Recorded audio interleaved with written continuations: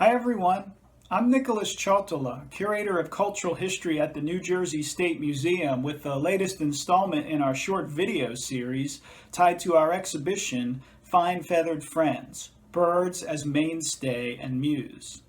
This year, 2020, the New Jersey State Museum is celebrating its 125th birthday.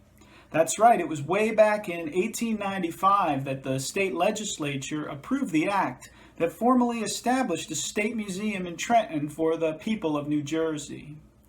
Over the last century and a quarter, the State Museum has had fewer curators than you may think. That's because many of them stayed in their positions for many years, even decades. But longevity is not the only sign of importance.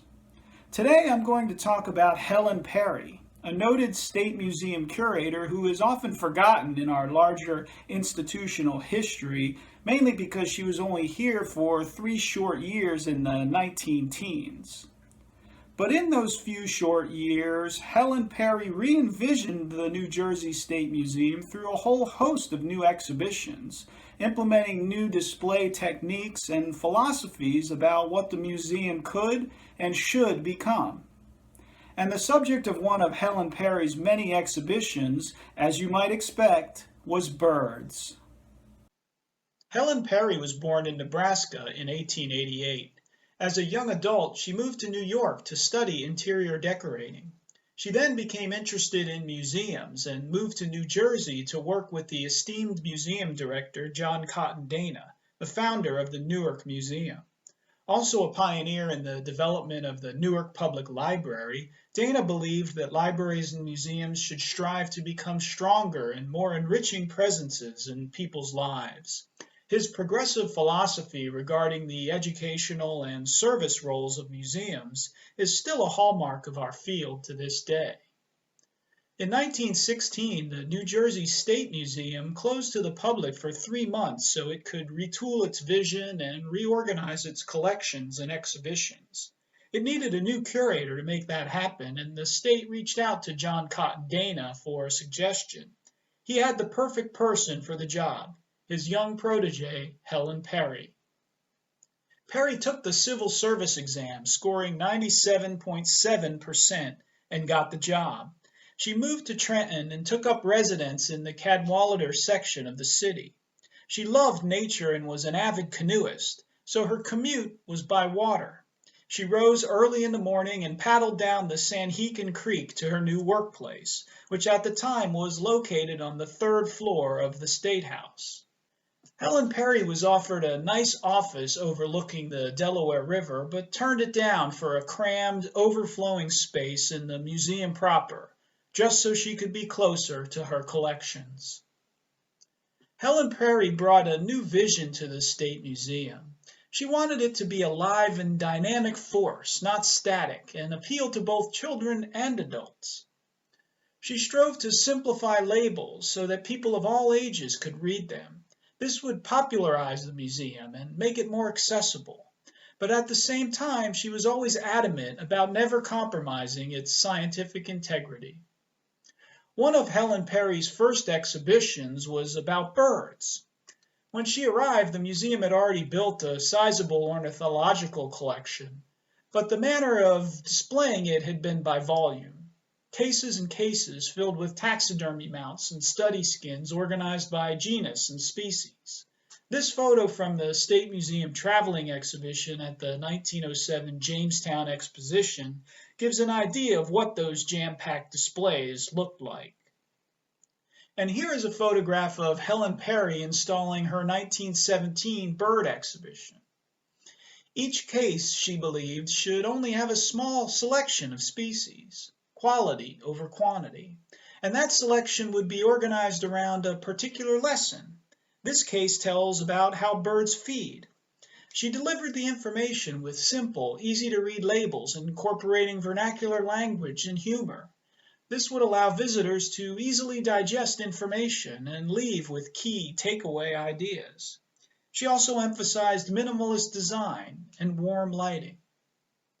Now let's look at the photograph to see some of the bird species that she chose to highlight. Most recognizable is the black-crowned night heron. This bird's name says it all. It's most active at dusk or at night. It lives in wetland habitats, freshwater, saltwater, and also in the brackish water of tidal areas where the two meet. Like other herons, it feasts on fish, and it seems like their bodies are built to make them the perfect fishermen. I can also make out a red-headed woodpecker, which is pretty scarce here in Jersey, but a real treat if you see one. The only time I ever see them is when I'm up in heavily wooded Sussex County in the northwestern part of the state hiking on the Appalachian Trail and the surrounding area.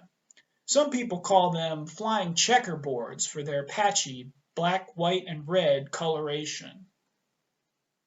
Like other woodpeckers, red-headed woodpeckers will hammer away at trees to get at insects, but not that often. Instead, they forage for nuts and fruits on the forest floor and bring them to holes in trees for storage.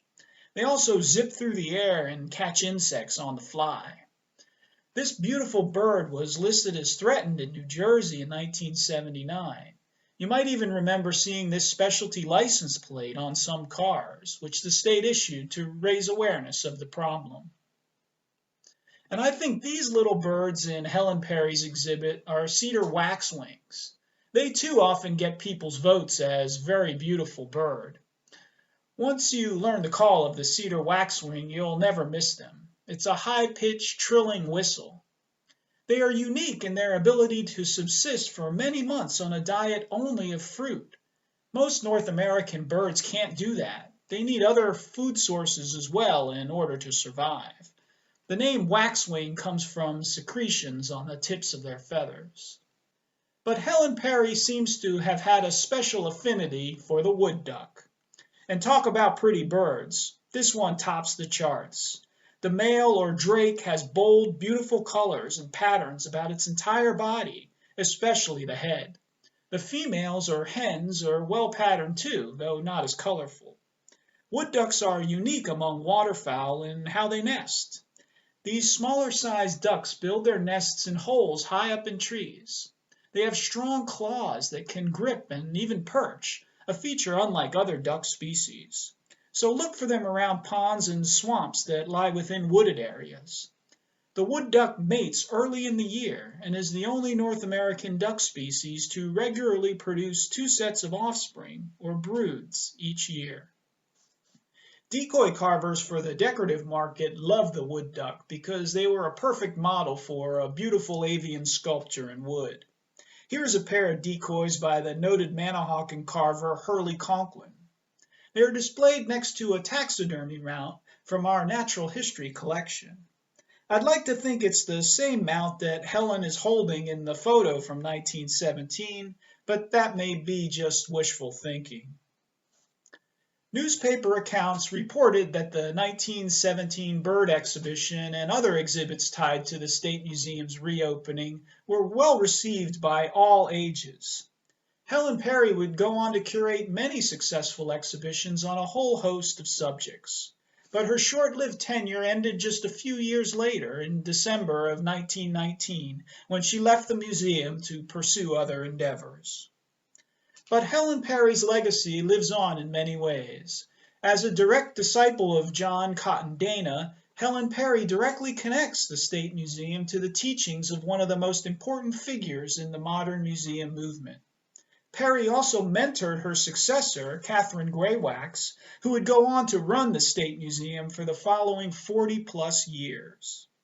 And, perhaps most importantly, many of the progressive museum philosophies and techniques that Helen Perry brought to the State Museum in 1916 continue to influence those of us who follow in her footsteps a century later as our museum marks its 125th year. That's all for this time. Please visit our website for other short videos tied to our exhibition, Fine Feathered Friends, Birds as Mainstay and Muse.